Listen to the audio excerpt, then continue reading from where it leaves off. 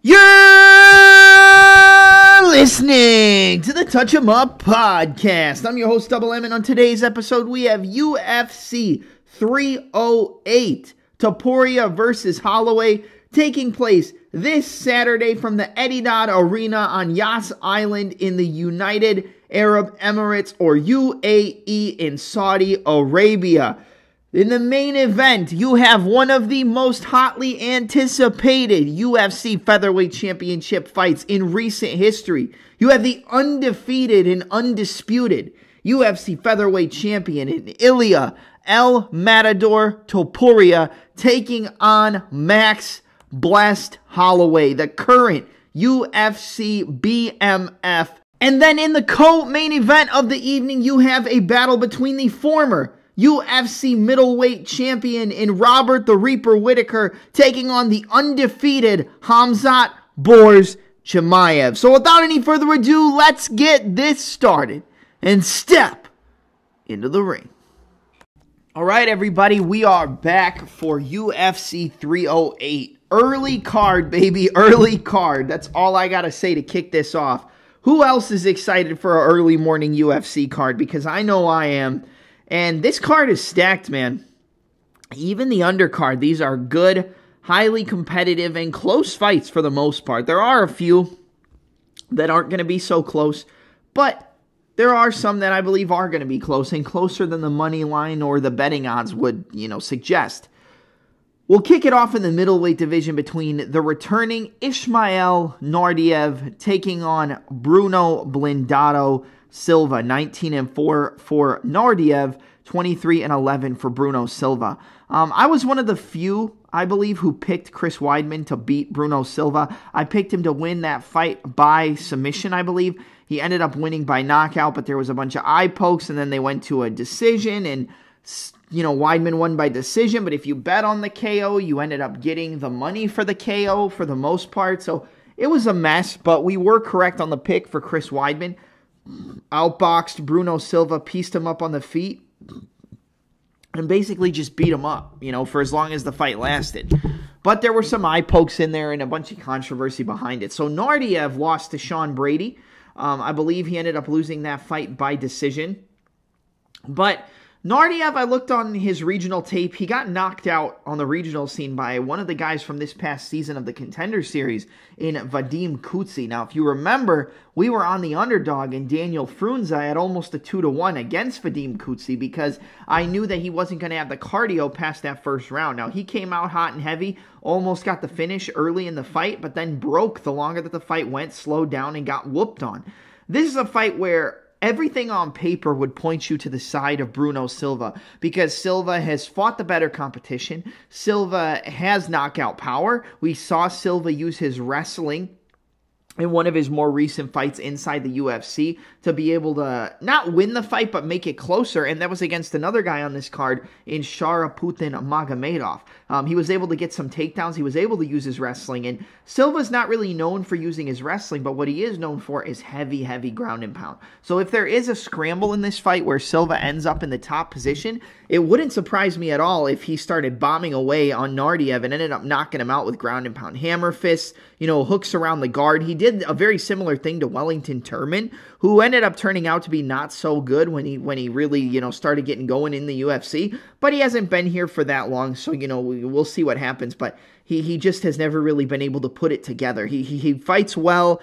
He puts his combinations together good. He has good jiu-jitsu, but he never was able to put it together. And I kind of feel like Bruno Silva is a similar situation. He knocked out Brad Tavares. That's a big win. Tavares not really being a guy who's been knocked out a ton of times, aside from a fight back in the day against Robert the Reaper Whitaker. Went 15 minutes with the double champ in Alex Pereira. And that's kind of the reason why, all hats off, I'm kind of leaning towards Nordv. Now, I'm surprised that on the money line, he is a favorite. I would think more than likely he would come into this fight as the underdog just because of the level of competition that Silva has faced. I mean, Alex Pereira, Brendan Allen, Chris Weidman, you name it. Bruno Silva has fought some very tough competition. Shara Magomedov. Nordv did fight Sean Brady, came out on the losing end. I believe he fought Michel Pereira. No, I think I'm thinking of somebody else. But, you know, he didn't have the greatest run inside the UFC. He looks pretty technical. I think he's the more technical striker than Bruno Silva on the feet. I think he puts his combinations together a little bit better. I think he throws good low kicks. I could see Silva using his wrestling, but honestly, if anybody uses grappling in this fight, I think it would be Ishmael Nordv. I think he would be able to use his wrestling, take down Bruno Silva. I think he can hurt Bruno Silva on the feet, but you don't want to get into a shootout with a guy like Bruno Silva because that's where you're giving him a chance to win. But I really think that Alex Pereira fight took any level of life that Bruno Silva had left in him and kind of just shriveled it away. I can't pick Bruno Silva at this point.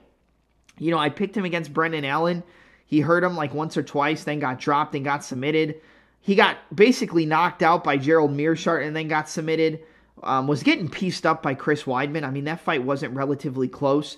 And when you got a guy who was in the UFC, gets a couple wins on the regional scene, even though he didn't have the most success on the regional scene, he got a couple wins. And I think he's more technical. He puts his combinations together a little bit better. The power upside is going to be on the side of Bruno Silva, but I think Nordv puts together better combinations. I think if anybody's going to use their wrestling, it probably would be Ishmael Nordv. I think Nordv has the better jiu-jitsu. He just has to worry that if he gets stuck on the bottom, he's going to be getting hit with big, heavy ground and pound shots. But I got to lean towards Nordv, and I'm kind of surprised he's the favorite. I was hoping I could come in here and, you know, snipe an underdog to start the card off, but that's not going to happen. So I'm going to take Ishmael Nordv.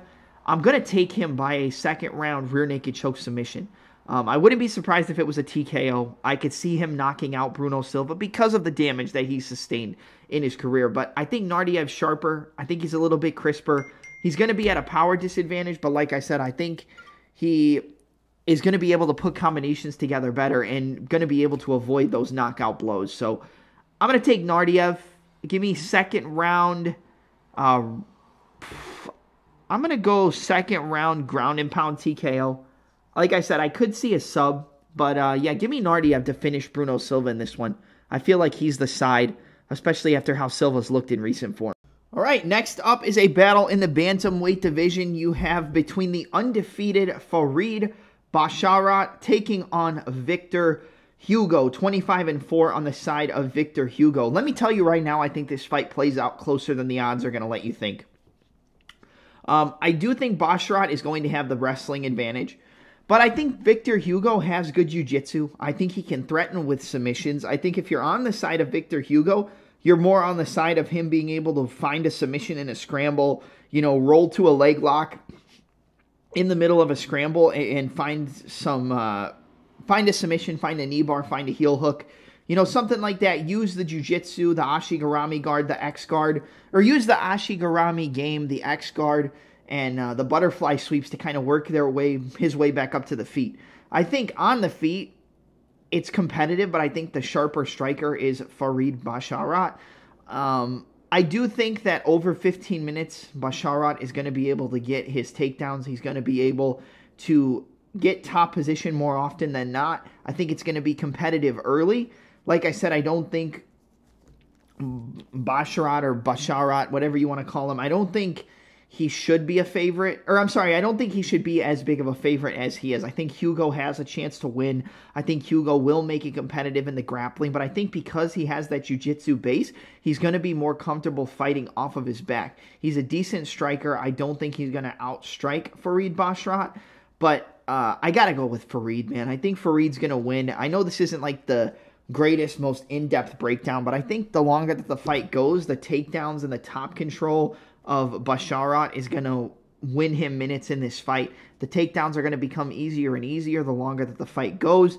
I think it's going to be competitive. I do think that Victor Hugo is going to make it competitive. I think he will threaten with submissions. I think he will look for sweeps. I think he will work his way back up to the feet at certain points. He might even land a couple shots on the feet. I think this guy does have some promise, but I don't think he's going to be able to beat a guy at the technical level of a guy like Farid Basharat. I think the forward pressure, I think he's going to use some jabs to intercept the forward pressure of Hugo. I think he's going to get those takedowns. They'll be a little bit hard in the first round, but it'll get easier and easier, and I think he will win a decision. I don't think he's going to get a finish. So I'm going to take Farid Basharat to win via a 29-28 unanimous decision. If I was looking towards a finish, it would probably be round 2, round 3 submission, but I think Hugo's tough enough and has enough experience to last the full 15. So give me Farid Basharat, just being the sharper, crisper, more technical fighter with a higher fight IQ to win by 29-28 unanimous decision.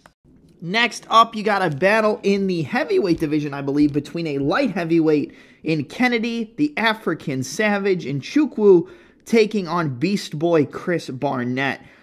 I think that this is actually pretty competitive. I know that on the money line, and Chukwu is a pretty heavy favorite, I believe.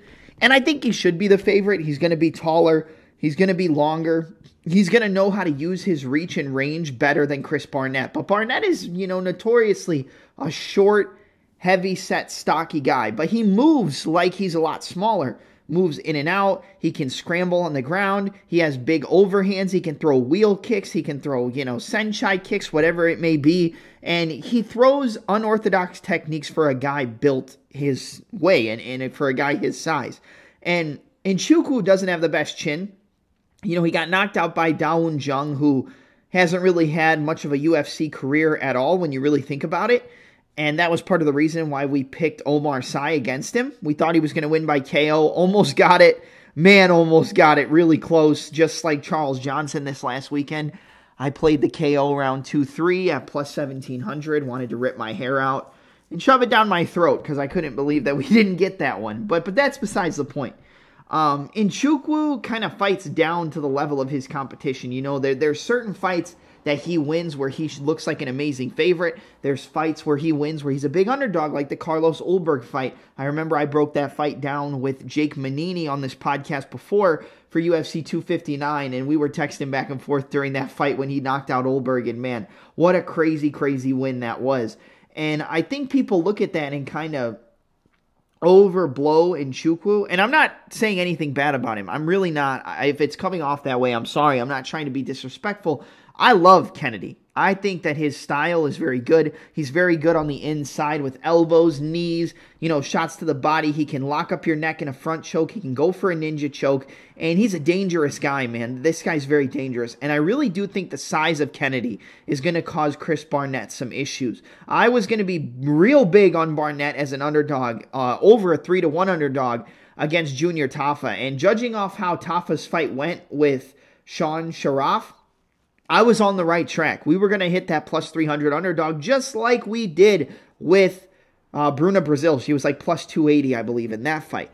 So in this one, I think the size, physicality, and range of Kennedy and Chukwu is going to be the deciding factor. But I do think that the durability concerns that I have could rear their head with the unorthodox striking of Chris Barnett. He could throw a wheel kick and catch Kennedy and hurt him. He could throw, a spinning back fist or an elbow and wobble him and rock him and maybe put him down. But I think Kennedy's going to use his size. He's going to use it to stay on the outside. When he hurts him, he'll close the distance with elbows, knees to the body, uppercuts in the clinch. I think he hurts Chris Barnett, and I think he wins via TKO. So give me the African Savage. Give me Kennedy Nchukwu to win via a second round ground and pound TKO. He hurts him up against the fence with knees to the body, elbows over the top, and then jumps on him with some ground and pound to finish him off. So give me Kennedy and Chukwu, round 2 TKO. All right, up next is a battle in the middleweight division between Abus Magomedov taking on Bruno the Hulk Ferrera. This is a great fight, a really good fight between two guys who are going to look for a finish. I would be very surprised if there was grappling in this fight. If anybody was to use their wrestling and grappling, I think it would be Abus Magomedov, like we saw him do in his last fight. I think he's going to use his wrestling, get to the ground, try to, win top position, and, try to win the fight that way. But we've seen Ferrera bust out some very unorthodox takedowns, some throws, some reversals. So he's well-versed on the ground as well. You're not just going to take him down and beat him to a pulp. I think Bruno Ferrera has the chance to knock out Abus Magomedov. I think anybody in their right mind would have to think that if they get into an exchange and Ferrera lands that big left hand, Ferrera lands a spinning back fist, a spinning back elbow, a knee up the middle, he has the chance to knock out Abus Magomedov. I don't think Abus Magomedov has the best chin. I think Ferrera has a lot of power. I think he's decently technical. He knows how to use that southpaw stance to get that outside angle, throw the check right hook, throw the straight left down the middle. He moves his head pretty well, just like we saw when he knocked out Gregory Rodriguez with one shot, slipped on the outside, slipped on the inside, and then came back with that straight right down the middle against the opposite stance and put him out cold with one shot. I think a lot of people tend to look at that fight where he came in as a big underdog, and they might overblow the skill level of Ferrera, the technicality, the skill level. If you go back and you watch that Stoltzfus fight, man, Stoltzfus was cracking Ferrera. He was landing on Ferrera. He was catching him with some shots. Ferrera is a very good offensive fighter, not a good defensive fighter. He gets hit. He doesn't move his head that well. I know people are going to see the way he moved against Gregory Rodriguez, but he knew that the shots weren't coming back at a ferocious speed, and he wouldn't have been moving his head that way. I think Ferrera definitely has the capability to knock out Abus Magomedov. He's got that one-shot power. He's got that crazy power, whether it's a spinning back elbow, whether it's a straight left down the middle, whether it's a big knee up the middle as a level change occurs. And I think Abus Magomedov can get finished. We saw him get knocked out by Sean Strickland, but he looked good early in that fight. He just kind of threw too much volume and then tired himself out. He looked good in his last fight. That's probably the best, most well-rounded performance we've seen against Warlley Alves. Thought he was going to be able to get the finish, kind of surprised he wasn't able to. And then we saw against Caio Borralho, man, he made that fight competitive. And look at what Borralho is going to be doing. He's probably going to be fighting Adesanya in his next fight, but he made that fight competitive. The early rounds were a little bit competitive, but he just kind of fell off a cliff cardio-wise later on in the fight. I don't think either of these guys have the greatest cardio to go into the midpoint of the second round and beyond. I think it's kind of anybody's fight in this midpoint of the second round and further than that to the end of the 15 minutes. I think if anybody has a higher level of cardio at the midpoint of the second round into the third round, it probably is Ferrera, but we did see Abus have good enough cardio to go 15 minutes with Warlley Alves in that fight. But, Alves, not the greatest competition, but he's definitely not a pushover. I got to go Abus Magomedov in this fight. I think Abus Magomedov wins this one. I think he's just going to be more technical and crisper on the feet, and I think he has better defense on the feet than Ferrera. He could clearly get clipped with a big shot. He could get knocked out, but I understand why Ferrera is the underdog here. I think the length, the reach, the technicality with the striking, with the head kicks, the body kicks, the 1-2s, the check hooks. Abus is very good on the feet. His cardio might not be the best. He might quit, when the going gets tough. But technically, he's actually very good. He's very sharp. And I think he's much better technically than Bruno Ferrera. And I think Ferrera is a little bit slow, actually. He just finds those shots down the middle. He finds those big shots that finish the fights off. But against a guy who's going to be taller, longer, have a way better reach, know how to use his reach with those front kicks, the 1-2s down the middle, the knees. I think Abus Magomedov wins this fight by knockout. I'm going to go Abus Magomedov to defeat Bruno Ferrera via a first-round knockout. It could be second round. I think it could be round 2, but I think he's just going to be cleaner on the feet. I think he's going to avoid the big wind-up shots of Ferrera, and I think he's going to use his length and reach, those front kicks, the jabs, the 1-2s, circle on the outside, check hook, and I think he's going to catch Ferrera coming in, hurt him, rip to the body, and I think he's going to catch him with a big shot and knock him out. Give me Abus Magomedov to defeat Bruno Ferrera via a first-round knockout in this fight. Up next, we've got a battle in the lightweight division between Mateusz Rebecki taking on Mikdebek Orolbai.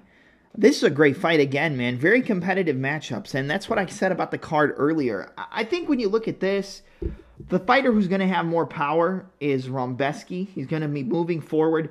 Big wind-up overhand lefts, big right hooks, big 1-2s down the middle, and he's going to come forward with a lot of pressure and a lot of volume from the minute that the fight goes down. For the first round and a half, first 2 rounds, Rebecki is a machine. He uses good takedowns, he uses good wrestling, Good top control on the feet. Big right hook, big straight left down the middle, big 1-2. Moves with that lead hand kind of down, kind of Russian style almost. Comes over the top, check hook left straight, 1-2, big left hand, big overhand left. Everything he throws is with mean and violent intentions. He's trying to take you out from the minute the fight starts until the minute the fight ends. For Miktebek Orolbai, I think he's the more well-rounded fighter. I think he's more technical than a guy like Rombeski. Rebecki looked real good. I'm going to be switching between Rebecki and Rombeski, but I know the way you're actually supposed to say it is Mateusz Rombeski. So I'm going to be switching back and forth between that, so please forgive me, for what you're going to hear. But I think Orolbai is the much better fighter in terms of a technical level. I think he is going to be the much better fighter from the top position. I know that Rombeski uses good grappling. He uses a heavy wrestling approach. 4.12 takedowns per 15 minutes. He will go for arm bars. He will go for guillotines. He will go for arm triangles. He does have a submission threat, and he averages 1.03 submissions per 15 minutes. And, but he doesn't have the best takedown defense. And when it comes to Orolbai, the stats aren't accurate on UFC.com, but he uses a good jab.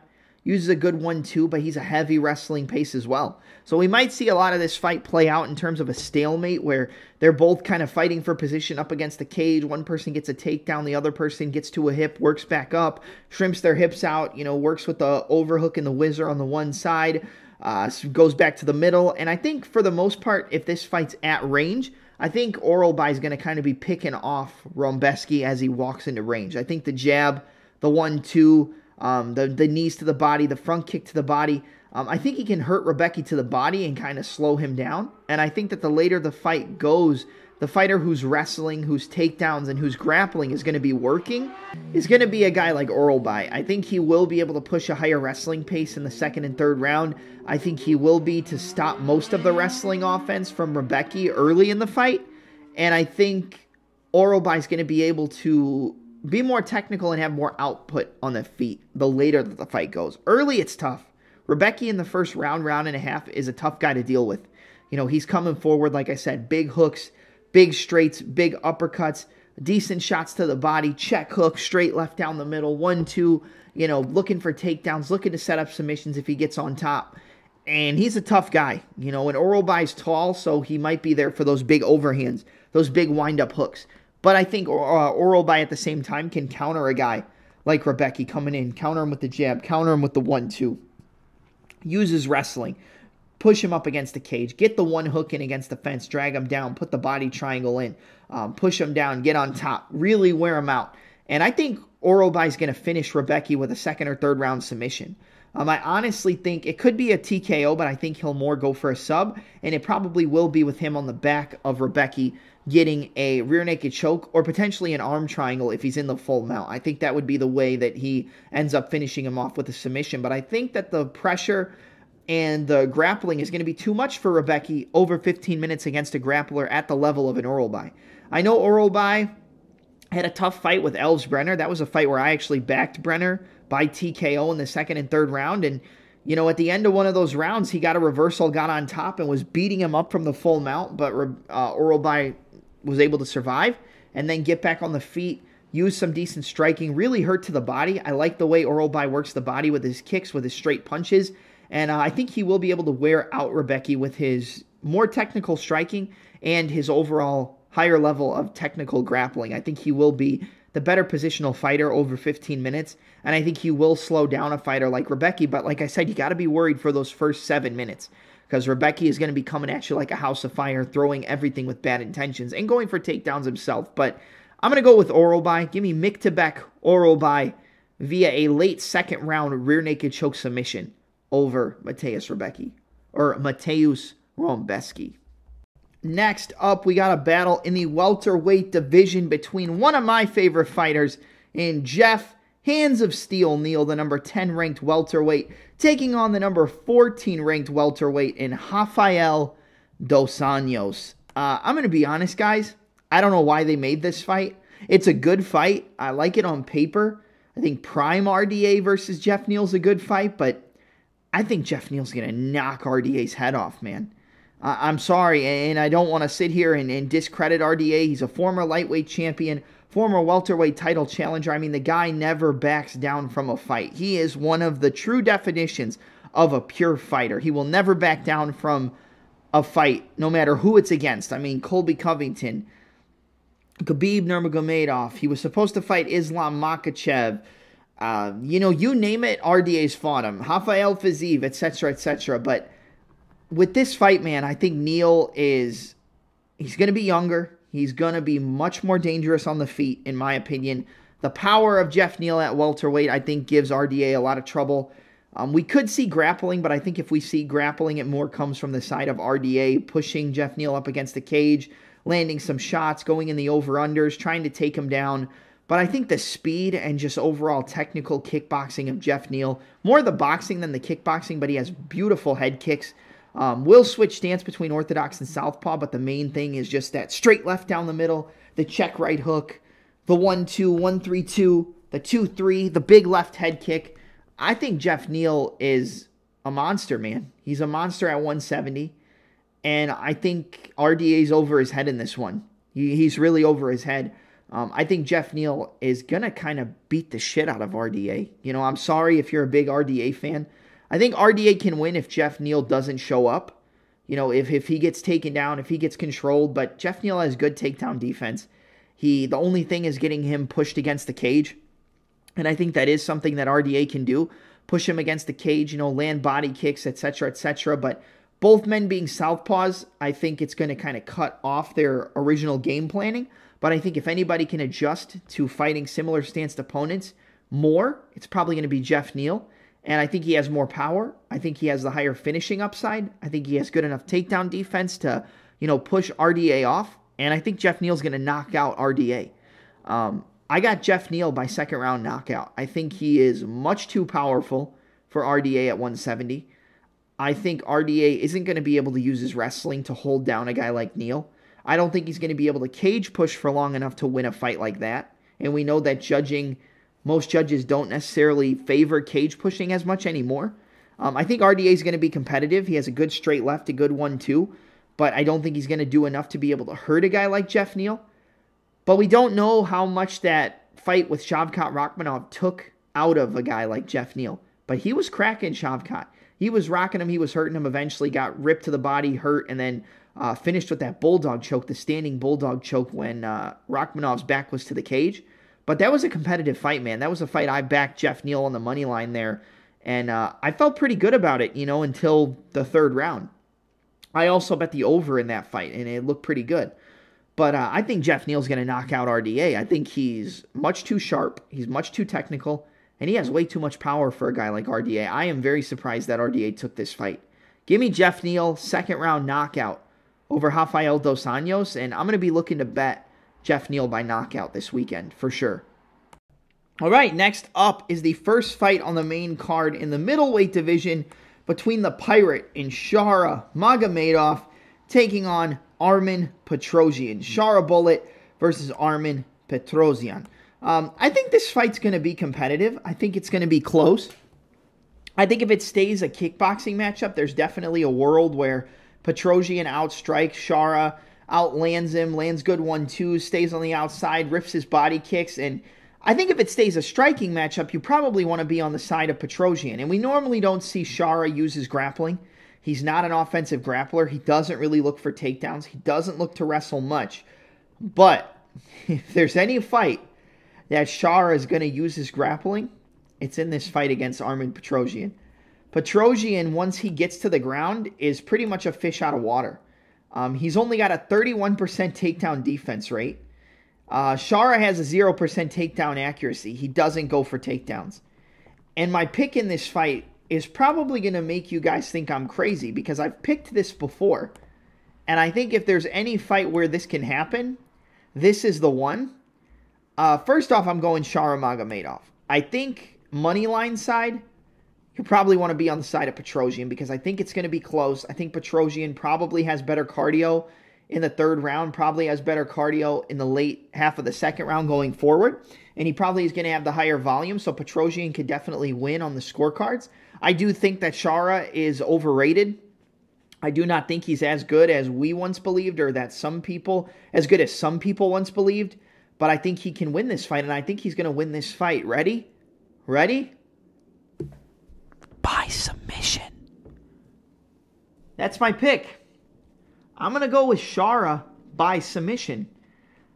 We don't see him use his grappling, but I find it very difficult to believe that he doesn't train grappling. He doesn't train his wrestling. He doesn't at least work on submissions. I think if there's one fight that he can get a sub in, it's this one against Petrosyan. Now, he got taken down and out-grappled by Rodolfo Vieira. That was a fight where we actually backed Petrosyan to outstrike him, and he was doing a very good job until he got taken down, and then that was it. But we know that Shara is not going to be at the level of a Rodolfo Vieira, but I think he probably can find a submission if he gets to the top position against Petrosyan. Even if it's off like a kick that he catches and takes him down, or Petrosyan slips on a kick and he ends up in the top position, I just see some scenario where Petrosyan gives up his back and gets submitted by Shara. I think that's what happens, man. I think Shara is going to get the sub against Petrosyan. Somehow they're going to wind up in a scramble, and he's going to take the back of Petrosyan and get a rear naked choke finish. I'm going Shara Bullet Magomedov, round 2 rear naked choke submission. More than likely, it's probably decision. I don't think he knocks out Petrosyan. So if you're being like 100% logical by the book, it's probably Shara by decision. But I'm going to go Shara second round rear naked choke submission. And I will be putting some money on Shara by sub, and probably Shara sub 2-3. Because I think that this is a fight where he definitely can find a path to get some sort of a submission in this fight. So Shara Bullet Magomedov, round 2 rear naked choke submission is the pick. Probably going to be decision, but I got to go with Shara. All right, next up, we got a battle in the light heavyweight division between the man who everybody believes should be the next challenger for the light heavyweight championship and Alex Pereira, and the number 2 ranked Magomed Ankalaev taking on the number 5 ranked Alexander Rakic, or Alexander Rakic. I think this fight's going to be close. People aren't going to sit here and believe me. People aren't going to probably listen to what I'm saying, but I think Rakic makes this fight close. I think Rakic is one of the most technical strikers in the light heavyweight division. If you look at his grappling, hold on. Look at his grappling. He's got a 85% takedown defense rate. Magomed only has a 31% takedown accuracy. He doesn't go for a ton of takedowns, but I think he will be looking to grapple in this fight against Rakic. Rakic lands more strikes per minute, 4.26 to 3.64. He's pretty close in accuracy, 53 for Ankalaev, 50% for Rakic. He takes a little bit more than Ankalaev, but it's close, 2.25 to 2.8 for Rakic. And defense is pretty much identical. I think this fight probably plays out in a point fighting style, where both guys are kind of staying on the outside. You know, the check right hook of Ankalaev, the 1-2 down the middle. He's going to keep that hand low, and it's going to be the jabs and the inside low kicks of Rakic, man. I think Rakic can beat up that leg of Ankalaev just like we saw Jan Blachowicz do. And we know that Ankalaev can grapple. I think he probably looks to wrestle and cage push against Rakic, you know, make it boring. But everybody's coming in here like, oh, he knocked out Johnny Walker, you know, the guy who got knocked out by like a 17-year-old in boxing with headgear on. He got KO'd. And, you know, anybody can pretty much knock out Johnny Walker. And I'm not trying to be disrespectful. I like Walker. I think he fights, you know, pretty good. But he can be knocked out. You know, so I don't think that's like, oh my God. And, you know, he barely made it through that fight with Blachowicz. Almost got him out of there at the end, but his legs were getting destroyed. His legs were getting beat up. And, you know, Ankalaev, that fight was a draw. That was a fight where I picked Ankalaev. I think I picked him by submission or something crazy. I think this fight probably plays out in a point fighting style, and I think the more technical striker is probably Rakic. I think the fighter who lands more volume, it's probably pretty identical. I think if anybody's going to grapple, it's going to be Ankalaev, but Rakic has good takedown defense. Like I said, 85% takedown defense rate, so he's not easy to get to the ground. Never really been submitted. He's been knocked out, got knocked out by Jiri Prochazka, but early in that fight, he was piecing him up and beating him up. And, Ankalaev doesn't fight in the style that is going to possess or pose the same issues to Rakic as a Jiri Prochazka with the in-and-out movement, the hands low, kind of having to make a bunch of reads. Ankalaev's pretty technical, just like Rakic, and I kind of find this fight hard to believe that I find it hard to believe that this fight's not going to be a point-fighting style of matchup until a big shot lands, or if anybody lands a big shot. I think Ankalaev can hurt Rakic. I think all in the same that Rakic can hurt Ankalaev, and I think the low kicks of Rakic can, hurt the legs of Ankalaev. He's got good low kicks. He's got a good jab, a good 1-2, puts good combinations together. He moves well on the feet. I don't really see Ankalaev submitting Rakic. I don't see him knocking him out. I think if he does get a finish, it probably is a KO, but I don't think he knocks Rakic out. I think this fight's close, and a close striking matchup with a guy who has knockout power, with a guy who has, finishing ability. I'm going with Rakic. I'm going with the underdog. Give me Alexander Rakic to defeat Magomed Ankalaev by a 29-28 split decision. I think it goes to the scorecards. I think it's close, and I think the fighter who's going to land the more meaningful shots over only a 3-rounder is going to be Rakic. I'm going with the underdog at plus 300, plus 320. That line is ridiculous. I think they're factoring in the knockout loss against Prochazka, but look at how good he was looking in that fight before the knockout loss. And like I said, the unorthodox style possesses problems for a technical striker like Rakic. That's not what Magomed's going to bring. He's going to bring that southpaw, hands low, lead hand low, jab, check hook, straight left, 1-2 down the middle, good right hook.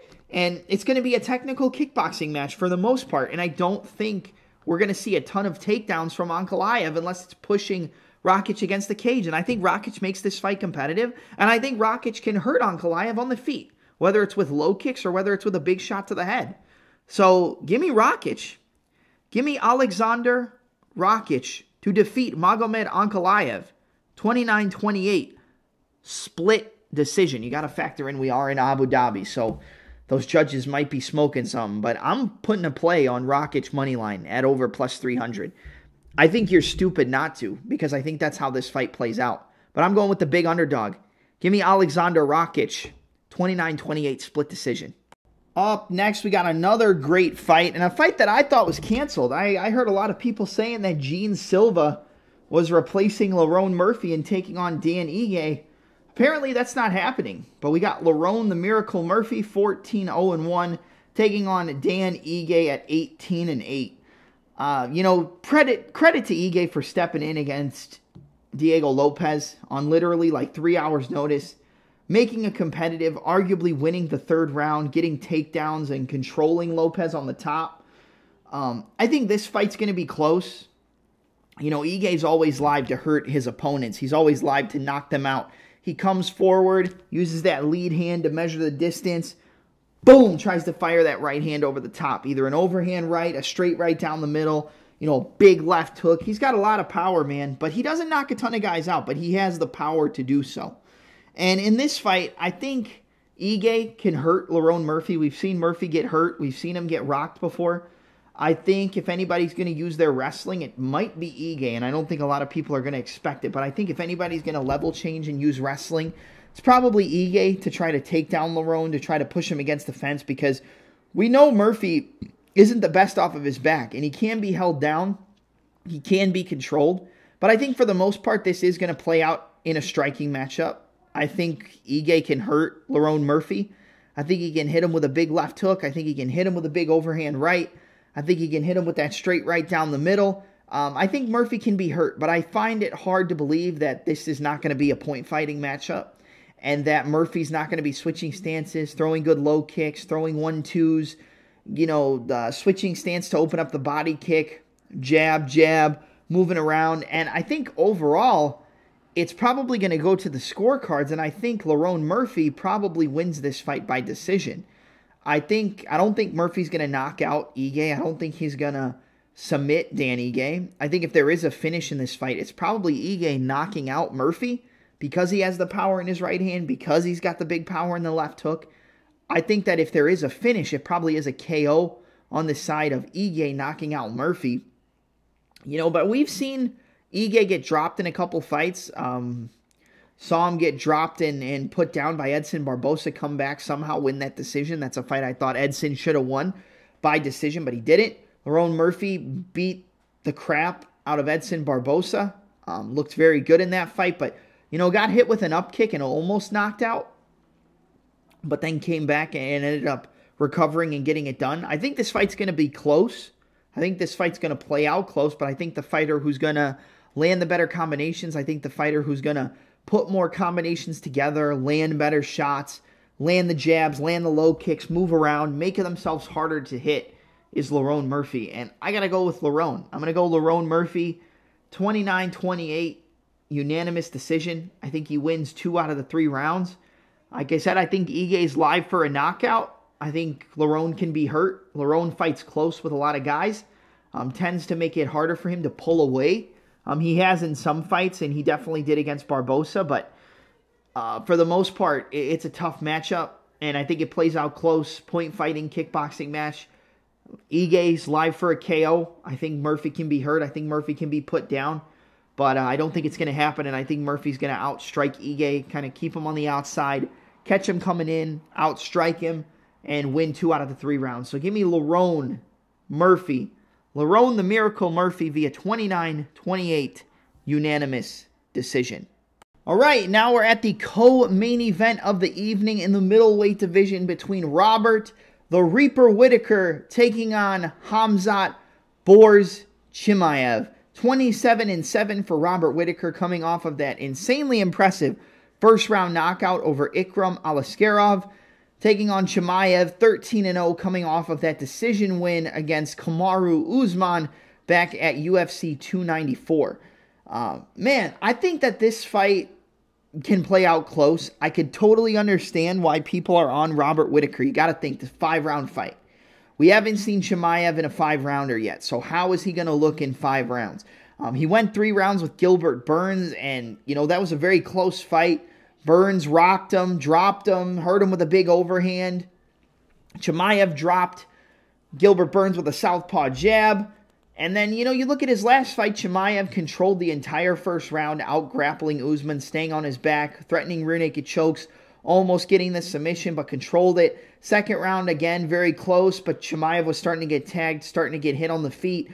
And then in the third round, I think Chimaev definitely won it with the takedown and then the ground control, even though Usman threw some shots at the end of the round. I don't really see any reason why anybody would think that Usman won that fight 2-1. I think it was clearly round 1 and round 3 for Chimaev, and round 2 probably went to Kamaru Usman, but could have been 3-0, but I would say round 2 probably went to Kamaru. I think Whitaker is a tough matchup for Chimaev because I think he's faster. He uses a good jab, in and out style, karate style, in and out, explosive, 1-2 down the middle, good jab. Good jab to the body, good jab to the head. Jab, chambers it to the left hook. Really solid left hook. He can hop in with it. He can jab left hook. He can go jab left hook, right hand, high kick behind it. He loves the right straight to the head kick on the same side. Lead uppercut, right hand, right head kick. Switches stances, moves around. And has really good takedown defense. I think that the wrestling of Chimaev is something that Whitaker hasn't faced.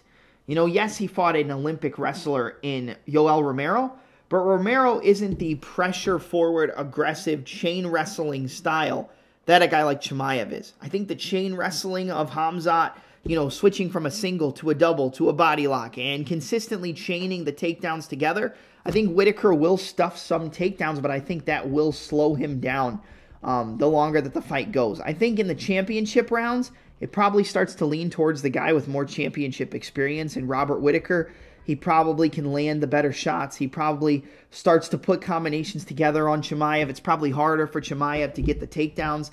I think if Whitaker wins by finish, it's probably a round 4 or round 5 TKO if we get that far. But I don't love the durability of Whitaker. And yes, he won against Ikram. I picked against him with Ikram Aliskerov. He won. We picked against him with Paulo Costa. and Costa lands that wheel kick at the end of the first round. If he would have put the pace on Whitaker right away in round 2, I think he would have got him out of there, but that's besides the point. Whitaker wins 2-1. Unanimous decision. But in this fight, I think the durability of Whitaker is going to be a problem against Chimaev. I do think Whitaker's the faster striker. I think he's the more technical striker. I think that he has good defensive wrestling. I think Chimaev's the best wrestler that Whitaker's faced. I think Chimaev is the first actual chain wrestler that Whitaker has faced, and that's going to make it more tiring to stop the takedowns. That's going to make it more difficult for Whitaker to stop the takedowns. I think Chimaev has a big grappling advantage when the fight does hit the mat. We saw with Dricus how he almost locked up that Darce choke at the end of the first round against Robert Whitaker. And then he landed some big ground and pound, and then he finished him with a southpaw jab in the second round. Coincidentally, Chimaev has a good southpaw jab. Whitaker tends to have trouble with fighters who fight out of that southpaw stance, whether they switch southpaw or whether they just pop that jab from southpaw. He tends to have trouble with guys from that opposite stance. And I think the fighter who's going to be winning on points is Whitaker. I think the fighter who's going to be outpointing and outstriking Chimaev on the feet, or outstriking their opponent on the feet, is going to be Whitaker. I think Whitaker is going to be looking to win the fight, or looking like he's winning the fight in terms of points, in terms of, overall output. He's going to land more than Chimaev. He's going to be a little bit better defensively than Chimaev. But I think eventually Chimaev's going to hurt him with something on the feet. He's going to hurt him in an exchange. He's going to rock Whitaker. Whitaker's going to try to recover. Chimaev's going to put it on him. He's going to land a big shot. He's going to drop Whitaker, and he's going to finish him with ground and pound via TKO. Or he's going to hurt him on the feet, drop him, and then finish him up against the cage, boom, boom, boom, or from the mount. He's going to finish him with ground and pound. He's going to drop him and then jump on him and finish him off. I got to go with Khamzat Chimaev here. I'm not the biggest Chimaev guy. I was when he first came into the UFC. I've kind of cooled off. I think in the 4th and 5th round, Whitaker definitely can win, and probably win by KO, because I don't think Chimaev's going to have the cardio to push that hard. I definitely think Whitaker's live to win this fight. I'm not going to sit here and lie to you, but I got to go Chimaev. I'm going Chimaev round 3 TKO against Robert Whitaker. I just got to, man. I think the durability of Whitaker is always a concern for me, and I think eventually Chimaev's going to land something big, hurt Whitaker, and finish him off with ground and pound. Could be a sub. But, Whitaker's not a guy who's been submitted. I think if anybody can do it, it probably is a guy with the wrestling, chain wrestling, and pressure of a Chimaev. But I'm going to go with a TKO. Give me Khamzat Boars Chimaev to defeat Robert Whitaker via a 3rd round TKO in the co-main event of UFC 308.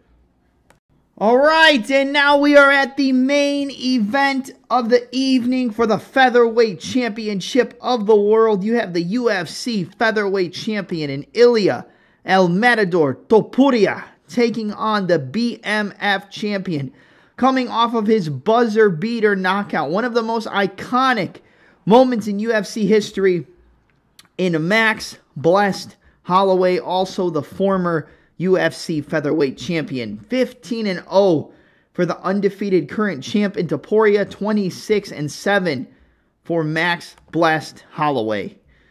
Guys, what a fight. What a fight this is. I think a lot of people are going to be backing the underdog in Holloway. I think almost just as many people are going to be backing the champion in Topuria. Let's take a look at the tail of the tape.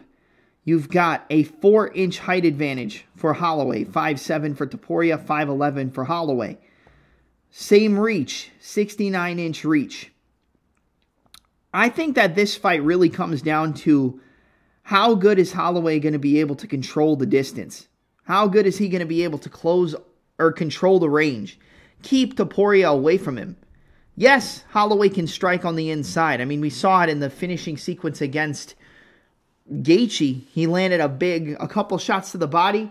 Boom, boom, right hook, left hook, came over the top with the right hand and knocked Gaethje out cold. Face plant knockout. But I do have a bet on Topuria to finish the year off as the featherweight champion. I got it at plus 240. I got that way before he fought Volkanovski for the belt.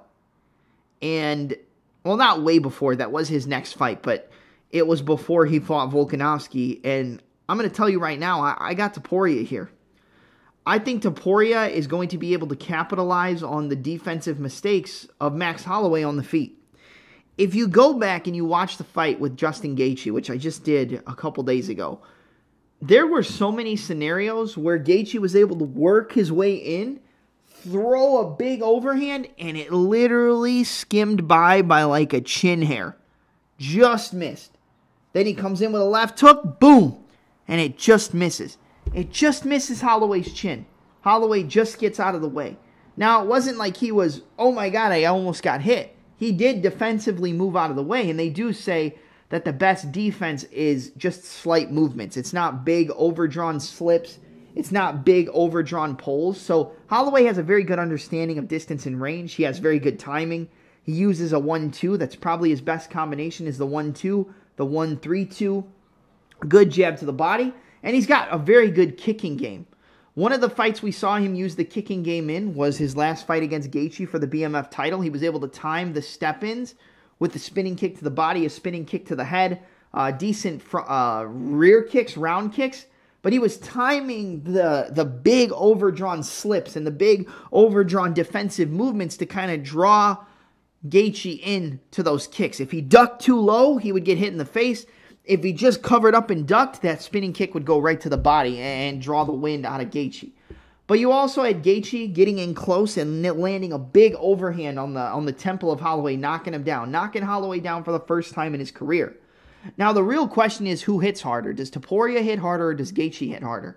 I'm going to go out on a limb and say that Topuria actually hits harder because along with all the power he is a much cleaner boxer than a Justin Gaethje. There's no fat, no wind-up in his punches. Yes, he does throw big overhands. He does throw big left hooks, but it's all clean. It's all crisp. Very slight slips off the center. But I do think that the kicking game is what can win Holloway this fight. If you go back and you watch the fight with Jai Herbert and Topuria, he got hit with some knees up the middle, and he got dropped with a vicious switch left kick to the head that almost put him out. I mean, he was on Queer Street after that kick. If you go back and you watch the Volkanovski fight, Volkanovski was landing that lead inside low kick, the lead kick to the head, the lead body kick, and kind of just outpointing Topuria in the first round.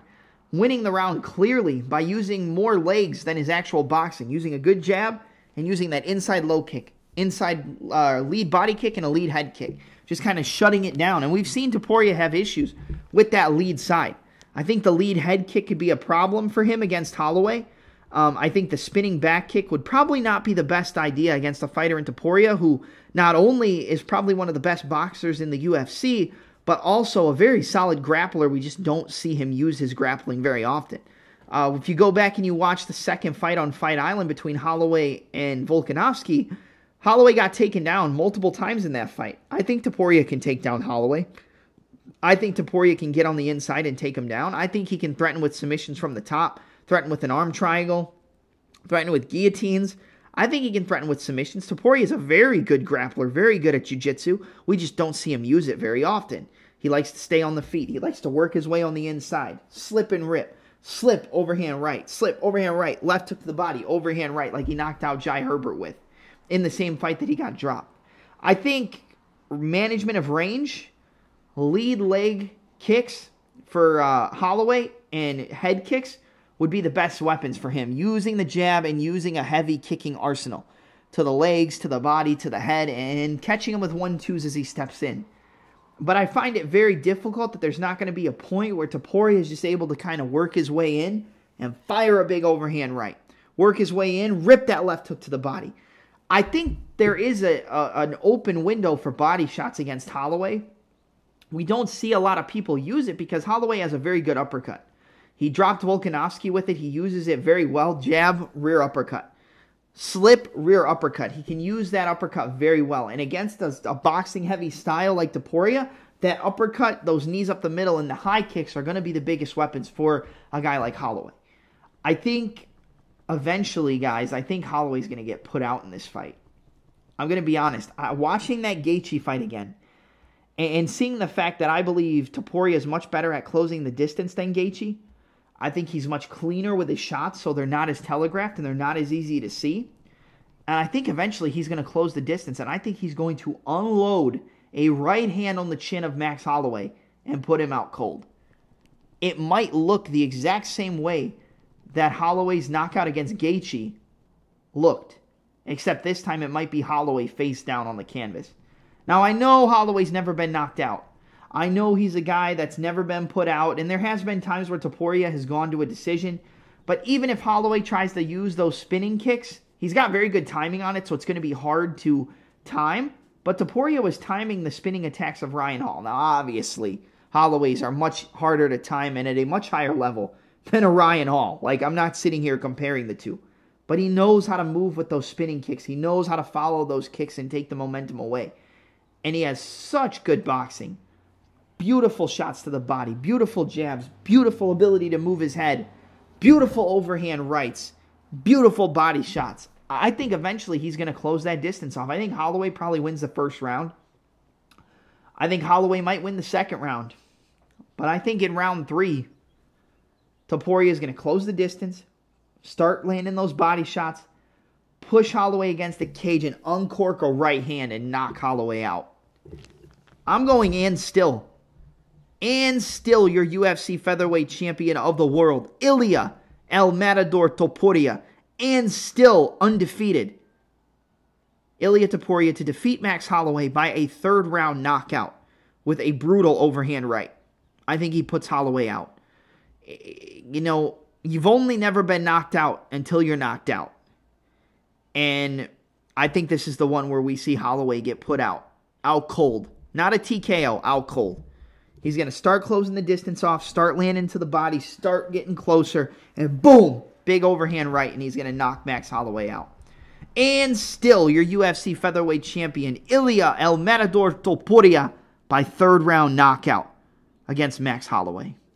That's going to be it for my UFC 308 preview, predictions, and breakdown. I hope you guys enjoyed my analysis. The fights take place early this Saturday. It's an early card, guys, from the Etihad Arena on Yas Island in Abu Dhabi, the UAE. Start time of 9 a.m. Central for the prelims. Make sure you're up, ready to go, up bright and early for a great card.